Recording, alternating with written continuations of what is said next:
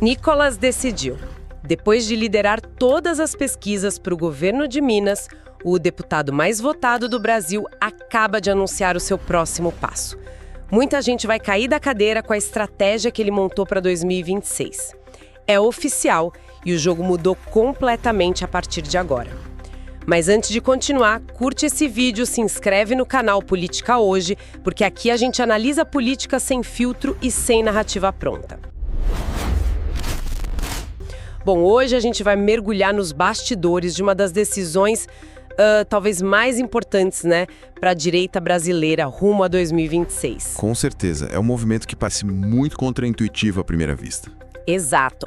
E a nossa análise aqui vai se basear em algumas reportagens e declarações bem recentes, principalmente informações da coluna do Igor Gadelha no Metrópolis e também uma matéria da Folha de São Paulo. Certo. A nossa missão, então, é tentar entender a lógica por trás de um movimento que, assim, parece um recuo, mas que as fontes indicam que pode ser uma jogada de mestre, uma jogada de longo prazo. Um xadrez, né? Exatamente. Ok, vamos desempacotar isso. Para entender o tamanho dessa decisão, a gente precisa primeiro entender o que o Nicolas Ferreira tinha nas mãos. Exato. O que ele estava deixando na mesa. Não era só uma candidatura com chance, né? As fontes descrevem ele como favorito absoluto. Absoluto. Os números que as pesquisas mostravam eram, assim, impressionantes. Consolidavam uma liderança muito, muito confortável. E a gente precisa entender o peso de Minas Gerais no xadrez político. Não é à toa que tem aquela máxima, né? Quem ganha em Minas, ganha no Brasil. Sim, sempre se fala isso. Ganhar lá tem um peso simbólico e estratégico que é, assim, imenso. E essa força toda não vinha só do povo, das pesquisas, né? Tinha uma articulação política muito forte por trás. Tinha. E muito bem definida. As fontes são bem claras, apontam que o clã Bolsonaro, especialmente o senador Flávio Bolsonaro, via essa candidatura como uma peça-chave. Uma peça-chave para o projeto nacional da direita. A candidatura dele não era um projeto isolado de Minas. Era, na verdade, o pilar de uma estratégia muito maior. E qual era essa estratégia exatamente? A matéria da Folha detalha bem esse plano. A ideia era ter um aliado com a força e a popularidade do Nicolas no comando de Minas. Isso seria um trunfo, assim, gigantesco. Para quê? Para impulsionar a presidência. Exatamente. Serviria para catapultar qualquer candidatura presidencial da direita em 2026. Daria uma base de apoio poderosíssima num estado que é fundamental. O cenário já estava todo desenhado em Brasília para ele ser o cara em Minas. Então, a gente tem o cenário perfeito, apoio popular massivo, um estado estratégico em jogo e o endosso das principais lideranças do campo político dele. O caminho estava livre. E é exatamente aqui que a história dá uma guinada. Com o caminho livre para o Palácio da Liberdade, ele anuncia um plano que, olha, pegou muita gente de surpresa. Uma reviravolta completa. E foi confirmada por ele mesmo numa declaração para a coluna do Igor Gadelha. O que ele disse? Nicolas Ferreira afirmou que não vai disputar o governo de Minas. O plano, na verdade, é buscar a reeleição para a Câmara dos Deputados. Reeleição? Sim.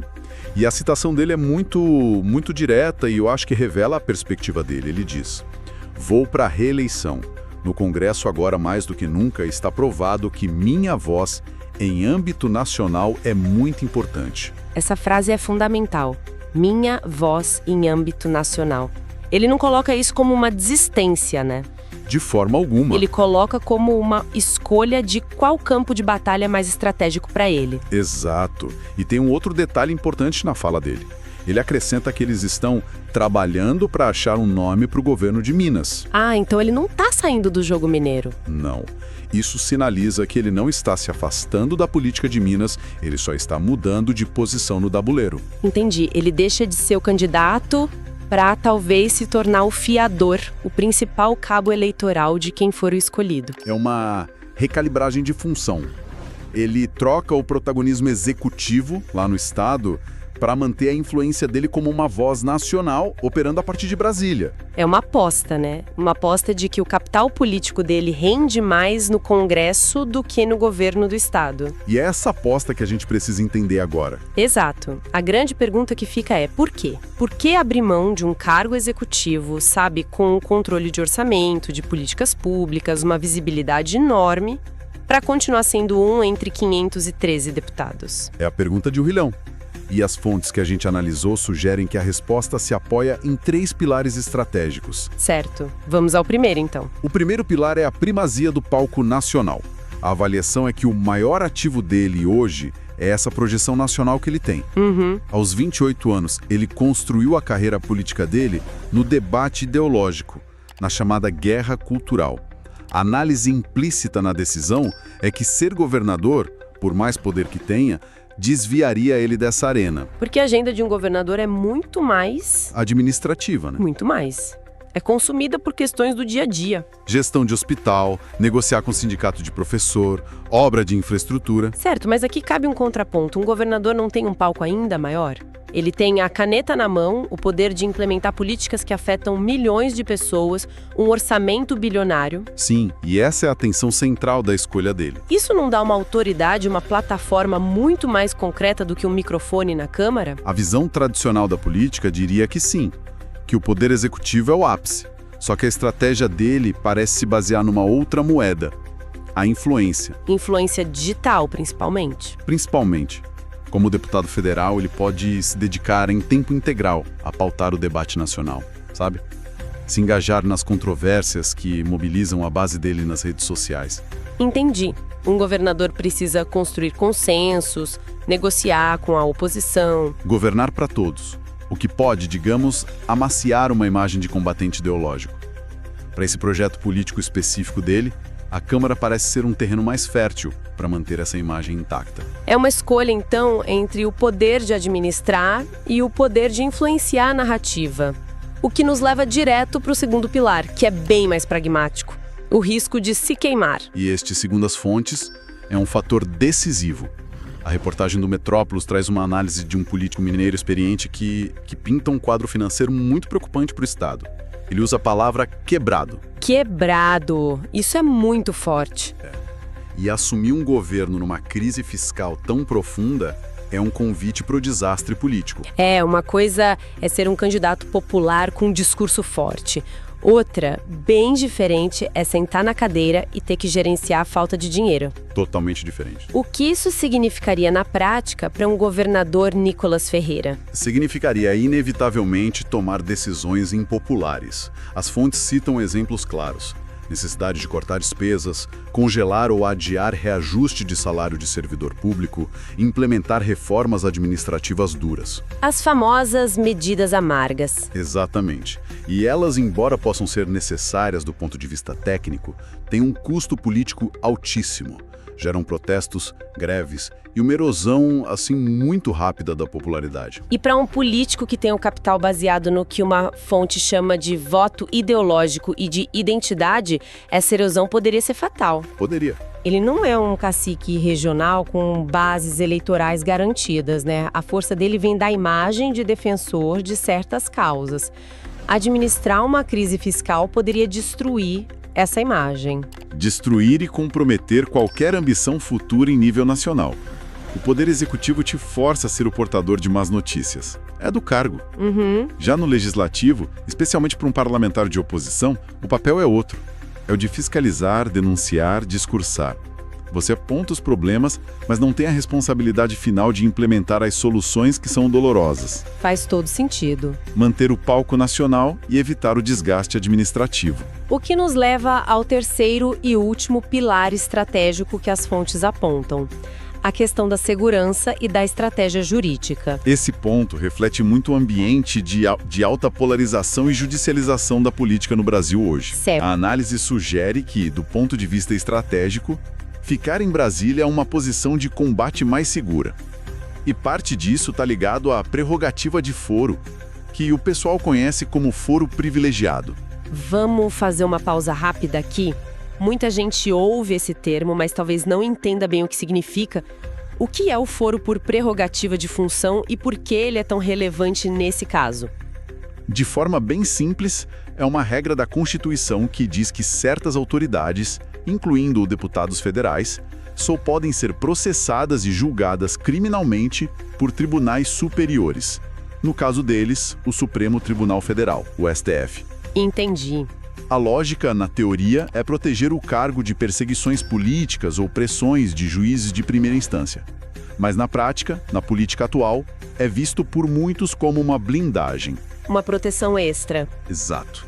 Estar em Brasília sob a jurisdição do STF é considerado uma posição mais segura do que estar no Estado, sujeito a ações de tribunais e promotores locais. Então a ideia é que, no epicentro do poder federal, ele estaria menos vulnerável a pressões políticas e jurídicas que poderiam surgir se ele estivesse mais, digamos, isolado na capital mineira. É uma leitura defensiva do cenário. Para quem se vê como um ator central numa guerra política e de narrativas, faz sentido querer estar na trincheira principal, perto dos centros de decisão e não num fronte estadual. Certo, esses 3 pilares constroem uma lógica interna bem robusta para a decisão dele. Mas ainda tem uma peça nesse quebra-cabeça. Qual seria? Como isso se encaixa no plano maior da direita, personificado na articulação do Flávio Bolsonaro que a Folha noticiou. Havia um projeto claro para ele em Minas. Essa decisão não cria um atrito, uma divergência de estratégias? Ah, sem dúvida. Ela demonstra que, embora alinhado, o Nicolas Ferreira tem um projeto de poder próprio. Ele não é simplesmente teleguiado. Certo. O plano original, descrito nas fontes, era linear. Elegia um governador aliado e forte para ancorar o projeto presidencial de 2026. E esse plano, inclusive, provavelmente envolveria uma aliança com partidos do Centrão. E a aliança com o Centrão, como a gente sabe, vem com um preço. Exige negociação de cargos, concessões, o tipo de política tradicional que poderia bater de frente com a imagem de outsider que ele projeta. Exatamente. Assumir o governo de Minas nesses termos o forçaria a mergulhar de cabeça no pragmatismo político. Ao recuar para o Congresso, ele mantém uma maior, digamos, pureza ideológica. No entanto, e isso é o fascinante, a decisão dele, embora pareça individualista, pode paradoxalmente acabar servindo à direita de uma outra maneira. Como assim? Parece contraintuitivo que ignorar o plano principal possa, no fim, ajudar.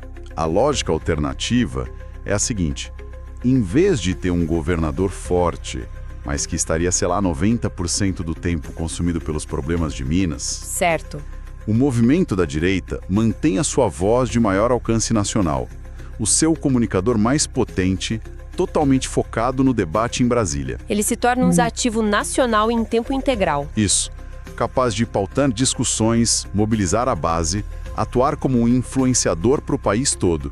É uma função que seria muito mais difícil de desempenhar enquanto se lida com as complexidades da administração mineira. Ou seja, ele troca a força de um dono de Estado pela agilidade de um porta-voz nacional.